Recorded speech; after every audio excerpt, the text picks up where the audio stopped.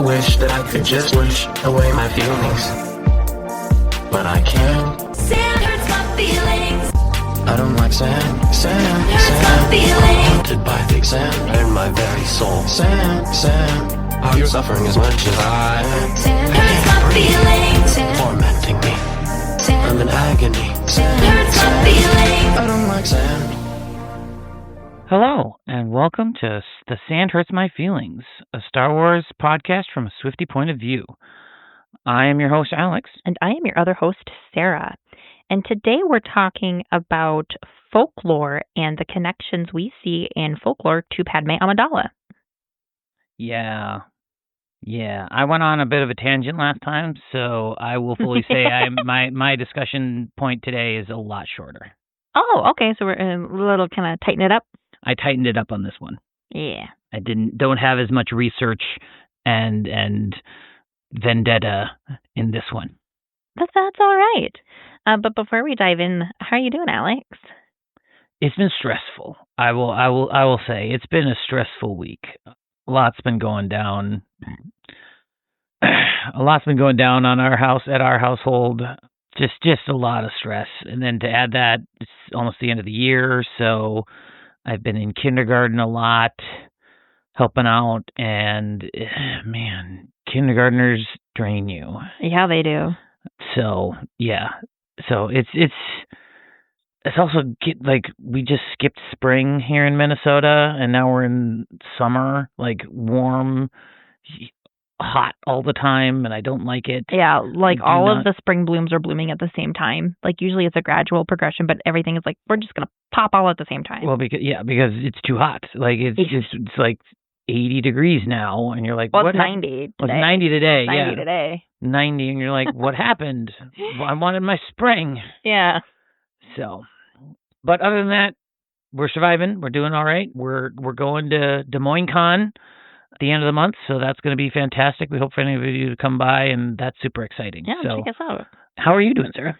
Yeah, as you mentioned, there's stress happening right now. I think it's a busy time of year in a lot of regards. May tends to be.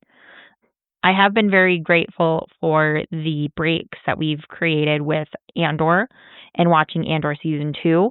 Oh yeah, that has been they've been hard. It's been hard to watch in the sense of like you're dealing with war in the Empire and you're building up to Rogue One. It's fantastic television. Like, is it the easiest to watch in terms of the subject matter? No, but it is fantastic television.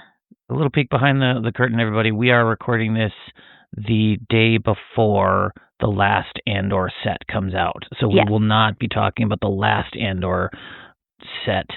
We won't really dive too deep into it because of spoilers and stuff. Right. Well, and that's also not the focus of our podcast. Either that either. But yeah, no, Andor's been phenomenal. Yeah, I've really appreciated having those breaks in this really stressful time. You know, we've alternated between like watching it, you know, one episode at a time, but I think the past 2 we've actually sat down and watched all 3 at once.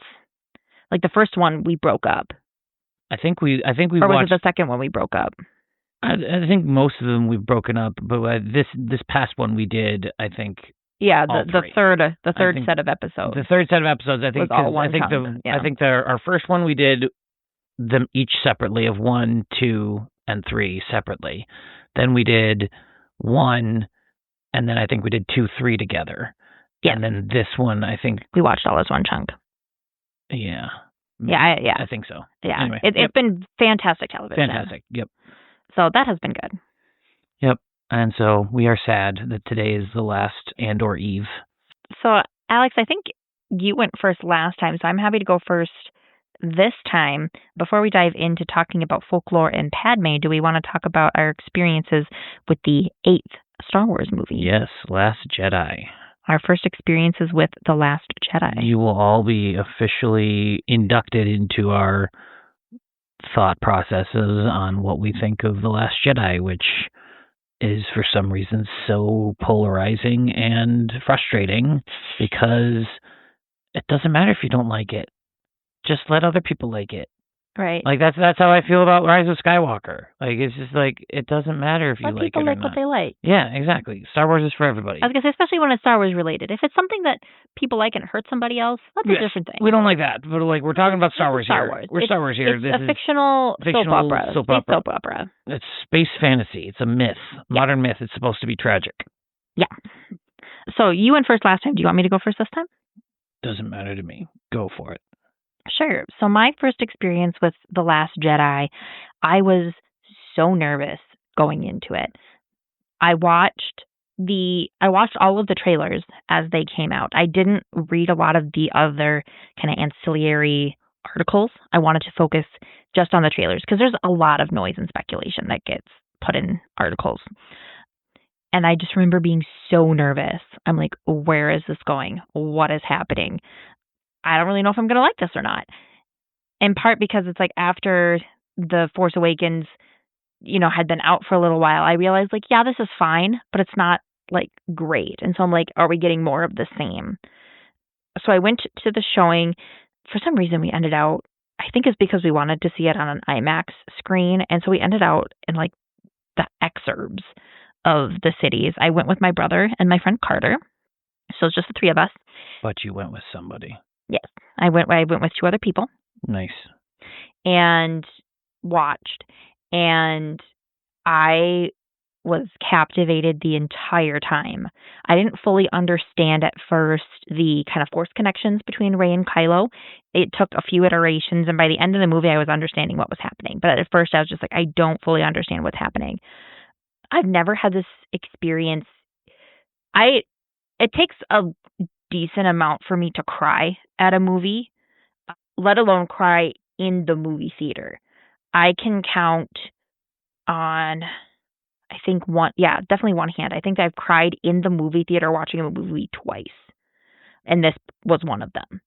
When I'm giggling only, not to interrupt you, of like I cry all the time at movies. So that is not you're me an like easier crier I am that an way. easy cry. Man alive, I will cry. No, I think I can count on one hand, maybe it's now two, the number of movies I've ever cried at, but most of the time I've cried, it's been watching a movie at home. I don't feel like I can cry in the public space. But this Do you one... want to name that second movie? You want me to name that second movie? Do you want to? Yeah. I'm trying, I think... Do you not know it? No, I do. It wasn't a full-out ball like Last Jedi was. Like yes, it was. Oh my God, no, yes. It was. It was Frozen 2. Yes, it was. Because I was with God, you. Yeah, Frozen That's 2. why. Yes, yeah. we were bawling together for Frozen 2. Oh, that was so good. Yeah. It was so rough, but so good. Because I was trying to remember if I'd cried in theaters watching Rocket Man, but I don't know if I did because I was with my dad. Like, watching Rocket Man at home, the Elton John biopic, I've cried watching it at home, but I don't think I cried in the theater. You did cry, yes. So, okay, so then you saw it again with me. You saw it a second time with me. With you in theaters, yeah, and I cried then. So, okay, so 3 movies in theaters I've cried, and 2 of them have been with you. Yeah. Don't you feel special? I don't know. Maybe I'm rubbing off on you. Anyway. That's the problem. That's a tangent. So it's the Battle of Crate, and Luke is coming to save the day, and he's having his moment with Leia, and I start crying. And then he comes out, and there's the more, and the shooting, and I am losing it. I am bawling. I am curled up in a little ball in the seat. Like, I am full on sobbing. Because you think he's dead. Well, I'm like, you can't kill him that way. Right. I'm like, you cannot kill him that way. And so then everything else plays out, and I'm like, I leave the theater completely awestruck. Like, this is amazing. This takes Star Wars to a whole new level. What they introduce, what they talk about. Like, I loved everything, especially knowing that Luke didn't die in that manner. Like, yes, I am sad at his passing, but it makes sense in the Force projection piece and how that, works within his story arc. He didn't die in like just straight blaster fire. Yeah, I left the theater completely amazed and awed, and then I'm like, I love this, and I love this direction for Star Wars. Awesome. That's fantastic. My experience was I did actually go with somebody else. Oh, nice. Who'd you go with? I got Emily to come with me. Your my friend. best friend. Nice. Yeah. My best friend Emily. And one of the reasons I got her to come with me was I went to the IMAX, the Minnesota Zoo used to have a ginormous science theater level screen. It was the biggest screen. Yeah, it was a giant IMAX. Giant IMAX screen. But I'm like, well, when people say IMAX, they're like, oh, it's a big screen. I'm like, no, this was like... It was like stories, like multiple, like 2 or 3 stories tall. Yeah, it was of huge. a huge screen, and I got to watch The Last Jedi on that. Oh my god! And it was not my first time because I had looked for it like that before, but I had not found it at the Minnesota Zoo. But I had gone to Rogue One as well there, so this was the second time I'd seen a movie on this big screen. But I actually convinced Emily to come with me on this one because she's just like, oh yeah, it'll be fun, and because I had gone to the other ones by myself, and then that was another reason why it kind of more story for Rise of Skywalker coming up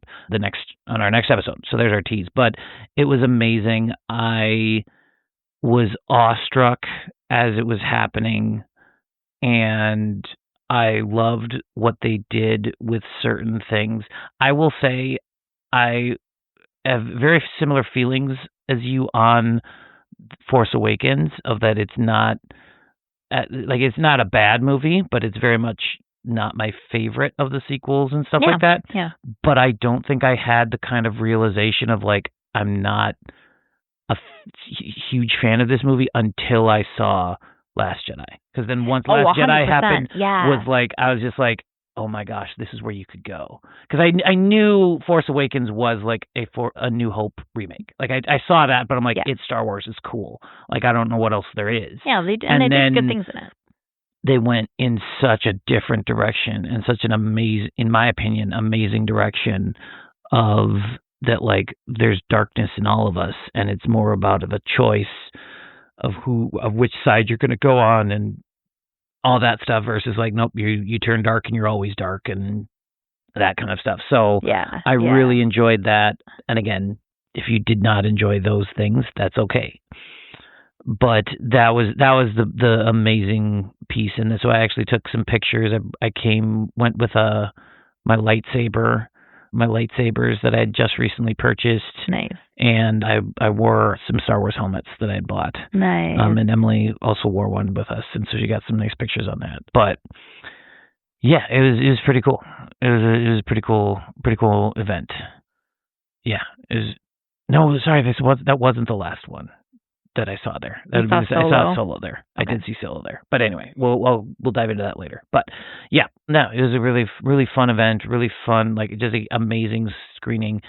And then to tie that in a little bit, Sarah and I last summer, I think, or was it 2 summers ago? I think it was last summer, we got to see on the Science Museum screen. Oh, that was a couple years ago. Was it?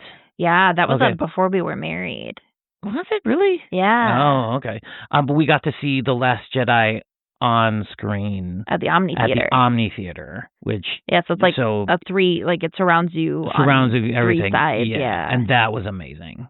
Yeah, that was. And so like it was bigger, but similar to the one that I saw at the Minnesota Zoo. But for Sarah, that was a completely new experience. Yeah, and like you're so immersed in the battles, everything, and it was like, so good. Oh, it was so good. Yeah. Yeah, that was before we were married. Wow. Okay. Time flies. I think it was one of their ways of like trying to get people back out after the pandemic. Oh, that's right. Yeah, because they showed a couple of other right. like non-science movies. Right. Yeah. Theater to like try to get people back. Let's come to the Science Museum. Yeah. Okay. It was very good. I wish they did that more. Maybe they'll do that this summer, because it was like a summer series thing. Yeah, we'll have to look into that. Yeah, we'll let you know on our socials. Yeah, maybe we'll do another Star Wars movie. That'd be amazing. All right, now we can shift into our 8th Taylor Swift album, Folklore. Again, as we were talking, this was a lockdown lockdown album after the pandemic. So this was Sarah and I's... I'd say first real album together. First real album together, yeah. Because, Lover, I was just getting in, and we listened to that separately. Right, and then, but this one we actually listened together and everything. Yeah, so we talked about that on last season. Go check that out for Leia. Leia and Folklore, Leia and Folklore. We talked about that. Yeah. So, do you want me to go first? Go for it. Yeah, go for it. My pick for Padmé Amidala for Folklore is My Tears Ricochet. Nice. Okay. Good bit. I was just checking to see if you had No. Matt. If we matched. I was for a second I was hoping, and then nope. Nope. Okay. There is a YouTube video that does this so well, and we're going to share that on all of our socials, because to me it explains, like, the clips that they pull explains this so well as to how My Tears Ricochet fits Padmé. So we're going to link that, because I can't just be like this and on an audio format. So I'll walk through my thoughts on it a little bit. But Padmé did not go with grace. She fought for every last breath. She fought for Anakin. She fought, but like, she was fighting for every last breath she had. Like, she was trying to tell Obi-Wan stuff, like, and working through that. Like, so she did not go with grace. Anyway, we'll go through line by line. We gather here, we line up, weeping in a sunlit room, and if I'm on fire, you'll be made of ashes too. So if either Padmé or Anakin goes down, the other one falls too. They're interconnected. So, if one gets found out, the other gets found out, and they're both of their lives are destroyed. And then Anakin literally catches on fire and burns into ashes. So that's kind of funny. Mm-hmm. Even on my worst days, did I deserve, babe, all the you gave me? 'Cause I loved you, I swear I loved you till my dying day. Anakin's actions against Padmé, I would say in the later seasons of the Clone Wars and Revenge of the Sith in particular, are uncalled for, on like how he shuts her out and he minimizes her, and he gets very possessive in the Clone Wars. And he lashes out at her, and she's just trying to like show him love and like, help me understand, help me do this, and he just keeps shutting her down. So then we hit the chorus.